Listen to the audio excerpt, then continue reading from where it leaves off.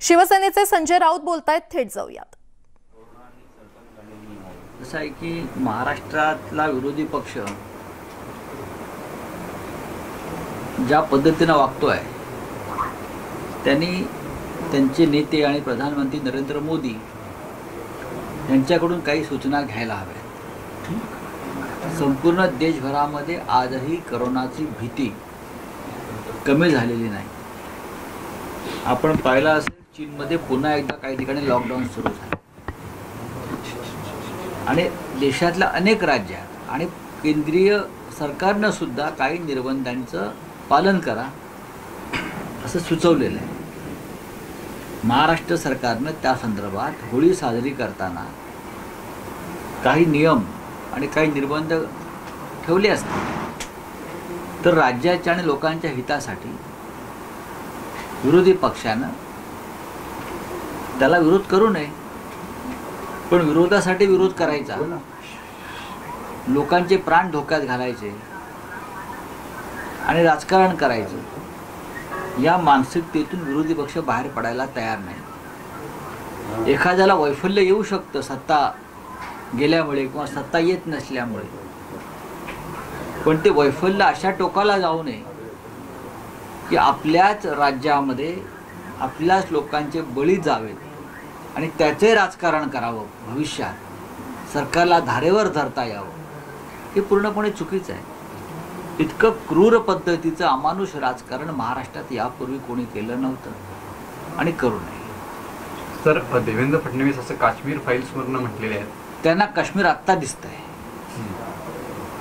Kashmir file cinema आल्यावर त्यांना काश्मीर आठवलं। 32 वर्षात हे कुठे होते सगळे लोक? काश्मीर अत्यंत संवेदनशील असा विषय आहे। त्या विषयाचं राजकारण न करता लोकांनी मोदींना यासाठी मतदान केलेलं आहे की भारतीय जनता पक्षाने सांगितलं होतं की पाकव्याप्त काश्मीर सुद्धा आम्ही भारतामध्ये आणून अखंड हिंदुस्थान निर्माण करू। आम्ही त्याची वाट पाहतो, आम्ही वाट पाहतो। काश्मीरमधल्या काही घटनांवर आधारित एक चित्रपट आलेला आहे। तो चित्रपट जर कोणाचा पॉलिटिकल अजेंडा बनत असेल तो त्यांचा प्रश्न, पण बाळासाहेब ठाकरे, हिंदुहृदय सम्राट, माननीय शिवसेना प्रमुख यांनी सातत्यानं त्या काळामध्ये काश्मीरी पंडितांची बाजू घेऊन काश्मीरविषयी परखड भूमिका स्पष्ट केली होती। बाळासाहेब ठाकरे हे काल म्हटलं एकमेव नेते असे होते की त्यांनी तेव्हा सांगितलं होतं की काश्मीरी पंडितांना स्वसंरक्षणासाठी हातात शस्त्र द्या, ते आपलं रक्षण करतील, हे सांगणारे बाळासाहेब ठाकरे होते। तेव्हा त्यांना अशा प्रकारे वक्तव्य केलं म्हणून विरोध करणारे केंद्रातले भाजपाचे नेते होते। बाळासाहेब ठाकरे हे पहिले नेते ज्यांनी अमरनाथ यात्रा उधळून देण्याची धमकी देणाऱ्या अतिरेक्यांना सांगितलं, जर अमरनाथ यात्रेकरूंच्या केसाला जरी हात लागला तरी तुमची हजला जाणारी विमानं मी उडू देणार नाही। आणि त्यानंतर अमरनाथ यात्रा सुरळीतपणे पार पडली, वैष्णवदेवीची यात्रा पार पडायला लागली। तेव्हा काश्मीर फाईल्समधले कागद फडफडून तुम्ही आम्हाला दाखवू नका। आम्हाला माहिती आहे काश्मीरी पंडितांच्या मुलांसाठी महाराष्ट्रामध्ये 5% राखीव जागा मेडिकल आणि इंजिनिअरिंगमध्ये देणारे बाळासाहेब ठाकरे आहेत। त्यासाठी आम्ही सिनेमा काढून प्रचार नाही केला, प्रोपगंडा नाही केला, राजकारण नाही केलं। तेव्हा कोणत्या विषयाचं राजकारण करावं आणि काय याचं भान जर महाराष्ट्रातल्या विरोधी पक्षाला नसेल तर लोकशाहीचं भविष्य धोक्यात आहे। सर, हिंदी में बताइए ना। कश्मीर सर, हिंदी में जानना चाहेंगे कि महाराष्ट्र सरकार ने कुछ रिस्ट्रिक्शंस लगाए हैं होली के दौरान। देखिए, सरकार ने रिस्ट्रिक्शन इसलिए लगाए हैं कि जिस प्रकार से आज भी कोविड-19 कोरोना का भय आज भी है, पूरे देश में है, तो भीड़ होती है। लोगों को त्योहार मनाने के लिए कोई निर्बंध नहीं डाले हैं, लेकिन कोई नियम और कानून का पालन करो ताकि फिर एक बार कोरोना का संकट इस देश में या राज्य में न आए।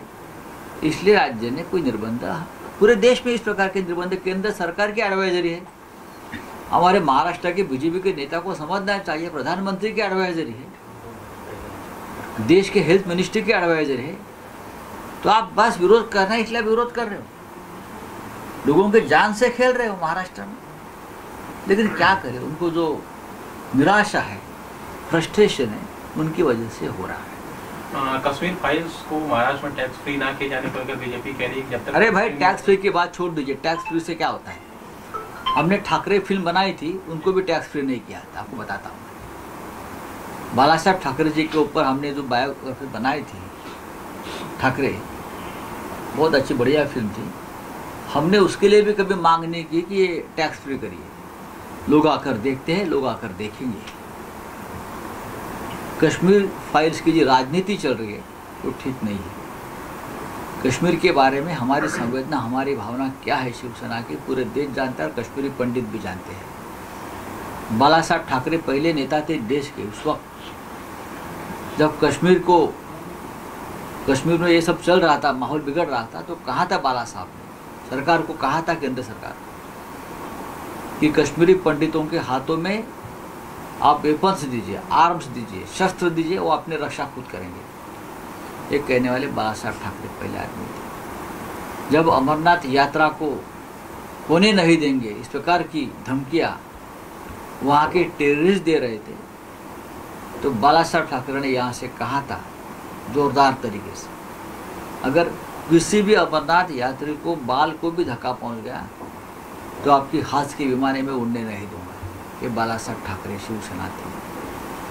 और बाला साहब ठाकरे हिंदू हृदय सम्राट, इस देश के ऐसे पहले नेता थे। जब कश्मीरी पंडित उनकी वेदना लेकर मुंबई में आकर मिले तो बाला साहब ने पूछा कि मैं क्या करूँ आपके लिए, तो जो बताया, तो उनके बाद बाला साहब ने कश्मीरी पंडितों की जो सब बच्चे थे उनके लिए महाराष्ट्र में एक कोटा रखा कश्मीरी पंडितों के 5% मेडिकल एंड इंजीनियरिंग में। तो ये कश्मीर फाइल की बात हमें फटफड़ा कर मत दिखाइए। कश्मीरी पंडित भी हमको जानते हैं और हम भी ये फाइल को पूरी तरह से जानते हैं। ये फिल्म कैसे बनी, क्यों बनी और उस फिल्म का एजेंडा क्या है, लेकिन उसके बारे में कोई मैं टिप्पणी नाही करूँगा। फडणवीसांनी तुमच्यावरती टीका केलेली आहे, ते असं म्हटले त्या कश्मीर फाईलच्या बाबतीत की जे लोक विरोध करतायत त्यांचा चेहरा उघडा पडू नये म्हणून संजय राऊत त्यांची वकिली करतायत. खरं म्हणजे वकील मी नाही आहे, वकील स्वतः देवेंद्रजी आहेत. त्यांनी नागपूरच्या कोर्टामध्ये वकिली केलेली आहे. आम्ही कार्यकर्ते आहोत. मी माझ्या पक्षाचं मत मांडतो. मी कोणाची वकिली करत नाही.